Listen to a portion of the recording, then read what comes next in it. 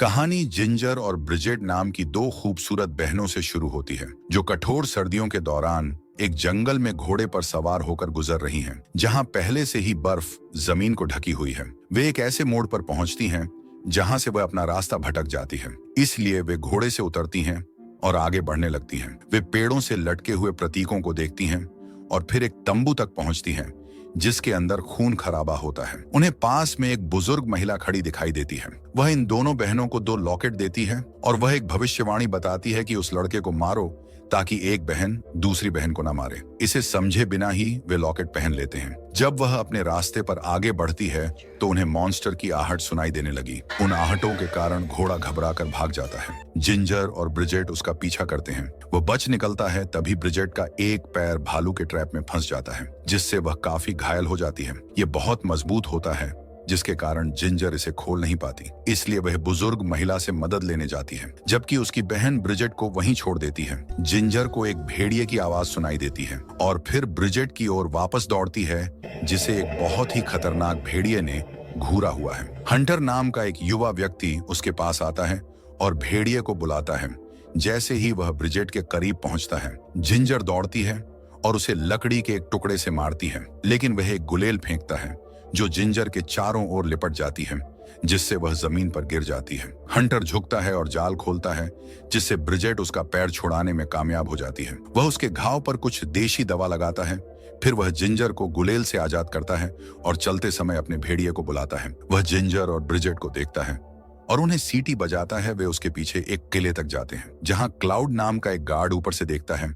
जैसे ही वे गेट के पास पहुंचते हैं, दरवाजे पर गहरी खरोंच और खून के निशान होते हैं, मानो कोई भयानक चीज अंदर घुसने की कोशिश कर रही थी। कॉर्मैक नाम का एक व्यक्ति दरवाजा खोलता है और जैसे ही वे अंदर जाते हैं, उन्हें कुछ कब्रें और अन्य आदिवासी लोग दिखाई देते हैं। जेम्स नाम का एक आदमी कॉर्मैक को बहनों को अंदर आने देने के लिए गाली देता है। फिर मर्फी नाम का एक डॉक्टर ब्रिजेट के घाव का इलाज करता है। हॉल में जिंजर डॉक्टर मर्फी से पूछती है कि कब्रों में मौजूद लोग किस वजह से मरे थे, लेकिन वह उसे नहीं बताता। फिन नाम का एक युवक उन्हें अपने कमरे में ले जाता है और कहता है कि यह जेफरी का कमरा था, रोलैंड का बेटा, लेकिन वह मर गया। वह उन्हें कुछ कपड़े देता है जो रोलैंड की पत्नी के हैं, जो खाने की मेज पर ही मर गई थी। रेवरेंड गिलबर्ट खाने के बारे में कहा और वे खाना शुरू कर देते हैं। हंटर अंदर आता है और एक भेड़िए का निचला जबड़ा मेज पर रखता है और उनके साथ खाने के लिए शामिल हो जाता है। जेम्स हंटर पर कुछ आरोप लगाता है, लेकिन हंटर जेम्स के गले पर चाकू रख देता है और उसे बताता है कि वह रुका है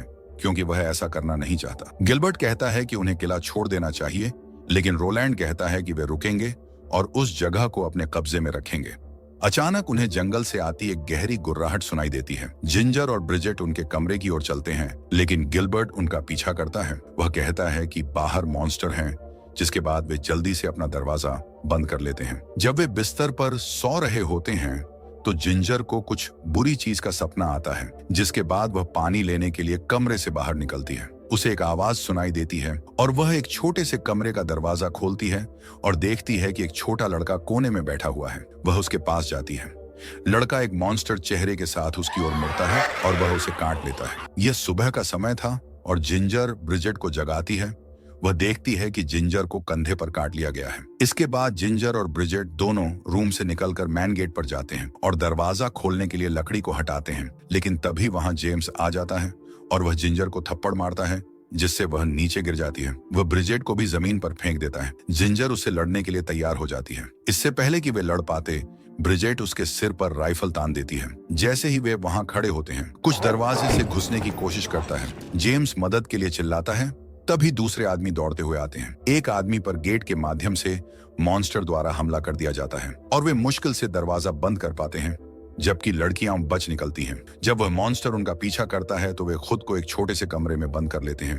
फिर वह मॉन्स्टर दरवाजा तोड़ने की कोशिश करता है। अचानक वह मॉन्स्टर मर जाता है क्योंकि हंटर बाहर से उसके सिर में एक तीर मारता है। जैसे ही वे नीचे आते हैं, रोलैंड वहां आता है और जिंजर उसे बताती है किसी ने बाहर से दरवाजा बंद किया और मॉन्स्टर ने उन पर हमला किया। तभी टावर गार्ड रोलैंड को बताता है कि किले के बाहर कई मॉन्स्टर हैं। रोलैंड लड़कियों को अपने कमरे में वापस जाने के लिए कहता है। हंटर ब्रिजेट को देखता है और कहता है कि उसकी नाक से खून बह रहा है। वे जब अपने कमरे में होते हैं, तभी दरवाजों के बाहर बंदूकों से गोलियां की आवाज सुनते हैं। बाद में जिंजर बिस्तर पर जागती है और ब्रिजेट को गायब पाती है। वह उसे ढूंढते हुए कमरे से बाहर निकलती है, लेकिन उसे हंटर मिलता है। वह उसके कंधे पर घाव देखता है और कोई देसी दवा लगाता है।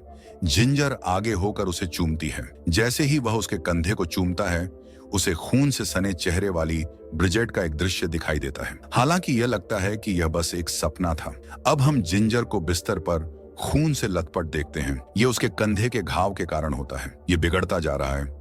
वे डॉ मर्फी के घर जाते हैं और रास्ते में उन्हें वह मरा हुआ मॉन्स्टर दिखाई देता है जिसने उन पर पहले हमला किया था। उस जगह पहुंचने पर उन्हें फिन अंदर मिलता है। उसके मुंह के आसपास लाल धब्बों वाले काटने वाले झोंक के अंदर पाया। मर्फी अंदर आता है और फिन को देखता है। वह पूछता है कि क्या उसे पिछली रात काटा गया था, लेकिन फिन इनकार करता है क्योंकि मर्फी अपनी राइफल फिन पर तान दी थी। वह उसे अपनी छाती पर एक झोंक रखने के लिए कहता है। उसी समय मर्फी राइफल छाती के पास ले जाता है। ले तेजी से बढ़ने लगता है और जैसे ही फिन चिल्लाता है, मर्फी उसे गोली मार देता है। वह लड़कियों से पूछता है कि वह उनकी मदद कैसे कर सकता है, लेकिन वे अभी जो कुछ भी देखा था उससे सदमे में हैं। अभी जो हुआ है उसे देखते हुए वे तय करते हैं कि जिंजर के कंधे पर काटने का जिक्र न करना ही बेहतर है। मर्फी और लड़कियां घर से बाहर निकलती हैं।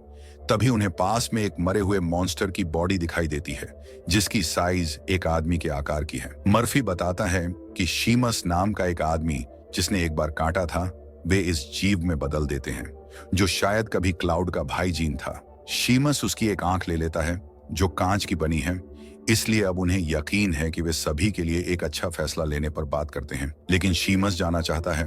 तभी रोलैंड कहता है कि उन्हें रुकना होगा और लड़ना होगा। लड़कियां अपने कमरे में लौट आती हैं और जिंजर ब्रिजेट को बताती है कि रोलैंड का बेटा जिसने उसे काटा था उन मॉन्स्टर्स में से एक में बदल रहा है। ब्रिजेट इस पर विश्वास नहीं करती। रोलैंड अपने बेटे के लिए खाना लाता है, लेकिन ऐसा लगता है कि वह बच गया है। सीन चेंज होता है और हम क्लाउड को जिंजर से कुछ कहते हुए देखते हैं कि अगर उसे काटने वाले मॉन्स्टर को अगली पूर्णिमा से पहले मार दिया जाए तो कोई बदलाव होने का खतरा नहीं है। गिलबर्ट नई कब्रों के बारे में बता रहा है। जिंजर बीमार महसूस कर रही है और अचानक जिंजर को जेफरी कमरे में देखता है। वह घबरा जाती है, लेकिन फिर वह चला जाता है। तभी गांव के बीच एक मृत मॉन्स्टर की बॉडी दिखाई देती है जिसके सिर को काटकर बाकी शरीर को आग में फेंक दिया जाता है। क्लाउड उसके सिर को गेट के बाहर एक खूंटी पर रख देता है क्योंकि यह दूसरे मॉन्स्टर्स के लिए एक चेतावनी थी। उसी रात चांद आसमान में दिखाई देता है और ब्रिजेट देखती है कि जिंजर का घाव जो ठीक हो रहा है, लेकिन साथ ही कुछ बाल उगने लगे हैं। रोलैंड ब्रिजेट से कहता है कि वह जानता है कि जिंजर अपने बेटे को कमरे से बाहर जाने देती है। वह बस उसे उसका हार वापस कर देता है और चला जाता है। जिंजर अंधेरे कमरे में सो रही थी। हम देखते हैं कि एक युवा लड़का उसके बिस्तर पर चढ़ रहा है। वह जाग जाती है और चीखती है। फिर जेफरी भागकर कोने में छिप जाता है। ब्रिजेट अंदर आती है और जेफरी बाहर भागता है। हम शीमस को उसके कमरे में देखते हैं।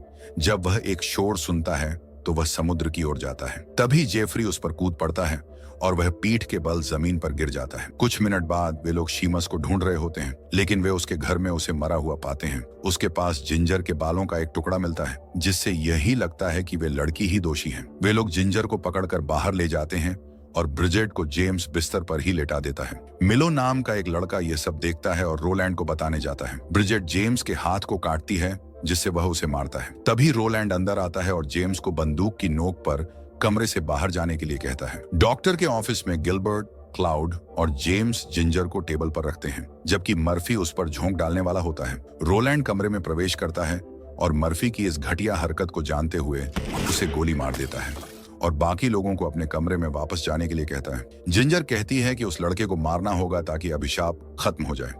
जिंजर देखती है कि जेम्स और क्लाउड मिलो को गेट से बाहर धकेल रहे हैं। वह जेफरी को उसकी मां की कब्र पर पाती है जो लाश का हाथ पकड़े हुए हैं। वह लड़के को मारना चाहती है, लेकिन दया के कारण वह ऐसा नहीं कर पाती। अचानक कॉर्मैक जेफरी पर गोली चलाता है, लेकिन चूक जाता है और मौका पाकर दोनों वापस अपने कमरे में भाग जाते हैं। हंटर ब्रिजेट से कहता है कि उसने उसका सपना देखा था और उसे उसकी रक्षा करनी होगी। वह उसे बचाने के लिए उसे दूर ले जाना चाहता है, लेकिन वह जिंजर को अकेला नहीं छोड़ेगी। बाहर आदमियों ने जेफरी को पकड़ लिया है और रोलैंड को देखने के लिए बुलाते हैं। रोलैंड उसे छूने की कोशिश करता है, लेकिन जेफरी कुएं की ओर भागता है, जहां रोलैंड उसे गोली मार देता है और वह कुएं में गिर जाता है। जिंजर परेशान हो जाती है और ब्रिजेट से कहती है कि वह उसे नहीं मार सकती। जाहिर तौर पर सब कुछ ठीक लगने के बाद जिंजर और ब्रिजेट किले की दीवार में एक छेद से होकर किले को छोड़कर जंगल में चली जाती हैं, जबकि पुरुष जेफी का शव निकालते हैं। थोड़ा आगे लड़कियों को मिलो मिलता है। वह उन्हें हंटर की गुफा तक ले जाने की कोशिश करता है, लेकिन मॉन्स्टर उनका पीछा कर रहे होते हैं और ब्रिजेट मिलो के शव पर ठोकर खाती है जिस पर हमला हुआ था। जिंजर पास आती है और ब्रिजेट को बताती है कि उसने ही मिलो पर हमला किया था। थोड़ा आगे हंटर की गुफा पाते हैं और उसके अंदर जाते हैं। उन्हें बूढ़ी औरत मिलती है, लेकिन वह कहती है कि बहुत देर हो चुकी है। जिंजर को उस लड़के को मार देना चाहिए था, इससे पहले कि वह उसे काटता। हंटर और उसका भेड़िया गुफा में आते हैं। बूढ़ी औरत ब्रिजेट और हंटर को पीने के लिए एक औषधि देती है ताकि वे देख सकें कि क्या होगा। एक सपने में ब्रिजेट अपने हाथ में एक चाकू के साथ बाहर बर्फ में लेटी हुई जागती है। वह बूढ़ी औरत को मृत पाती है, उसका गला कटा हुआ है। अब वह किले में है और एक वेयरवुल्फ मॉन्स्टर को जाल में फंसा हुआ देखती है, लेकिन जब वह फिर से देखती है तो उसे जिंजर फंसी हुई दिखती है। जाल में वह हंटर को भी देखती है जो जिंजर को मारने ही वाला है। वह हंटर को छुरा घोंपने के लिए दौड़ती है, लेकिन उसे एहसास होता है कि उसने वास्तव में जिंजर के सीने में छुरा घोंप दिया है और हंटर गायब हो जाता है। लेकिन सपने से जागती है और बूढ़ी औरत को मृत पाती है, उसका गला कटा हुआ है। वह हंटर को ढूंढती है और वह उसे बताती है कि जिंजर ने बूढ़ी औरत को मार डाला है। फिर हंटर ब्रिजेट से कहता है कि हमें जिंजर को मारना होगा, नहीं तो वो किले में जाकर सभी को मार देगी। अब दोनों किले में जाते हैं। किले के अंदर घुसते ही हंटर ब्रिजेट को जेम्स के हवाले कर देता है। घंटों बाद रात हो जाती है और हंटर बाहर जिंजर का इंतजार कर रहा होता है, जबकि ब्रिजेट के हाथ बंधे हुए हैं और वह एक छोटे से कमरे में है। गिलबर्ट अंदर आता है और उसके सामने बैठकर उसे मोक्ष की पेशकश करता है, लेकिन वह उसे बताती है कि उसने देखा है कि क्या हुआ और उसे श्राप देती है। वह उसे बाहर ले जाता है और उसे डायन बोलकर जमीन पर पटक देता है। जिंजर गेट के पास आती है और दस्तक देती है और वे उसे अंदर आने देते हैं। इसी बीच गिलबर्ट ब्रिजेट को आग लगाने ही वाला होता है, लेकिन हंटर उसके हाथ में एक तीर मार देता है और वह जलता हुआ टुकड़ा गिरा देता है। जब जिंजर अंदर आती है तभी जेम्स और कॉर्मैक उसे मारना शुरू कर देते हैं, लेकिन जब वह बैठ जाती है तो जेम्स उसे लात मार देता है। गिलबर्ट रोलैंड को ब्रिजेट पर आग लगाने के लिए कहता है, लेकिन इसके बजाय वह गिलबर्ट को तलवार से वार करता है और फिर उसे आग लगा देता है, जबकि जिंजर रेंग कर वहां पहुंचती है। जेम्स उसकी कमजोरी का मजाक उड़ाते हुए उसके पास आता है, लेकिन अपने हाथ की एक तेज चाल से वह उसका गला काट देती है और उठकर गेट खोल देती है और सारे वेयरवुल्फ मॉन्स्टर अंदर आ जाते हैं। क्लाउड और कॉर्मैक भागने की कोशिश करते हैं, लेकिन बहुत देर हो चुकी होती है। इधर हंटर अपने तीर तैयार करता है और मॉन्स्टर्स में से एक को तीर मार देता है। जब मॉन्स्टर्स में से एक रोलैंड पर हमला करता है तो हंटर उसे मार देता है, लेकिन रोलैंड जब उठता है तो उसके चेहरे पर काटने के निशान होते हैं। हंटर एक और भेड़िए को कुल्हाड़ी से मारता है, फिर दूसरे को अपने चाकू से दीवार के अंदर मार देता है। रोलैंड हर चीज में आग लगा देता है, जबकि हंटर एक और भेड़िए को गोली मारता है। एक और भेड़िया छलांग लगाता है और उसके हाथ को काटता है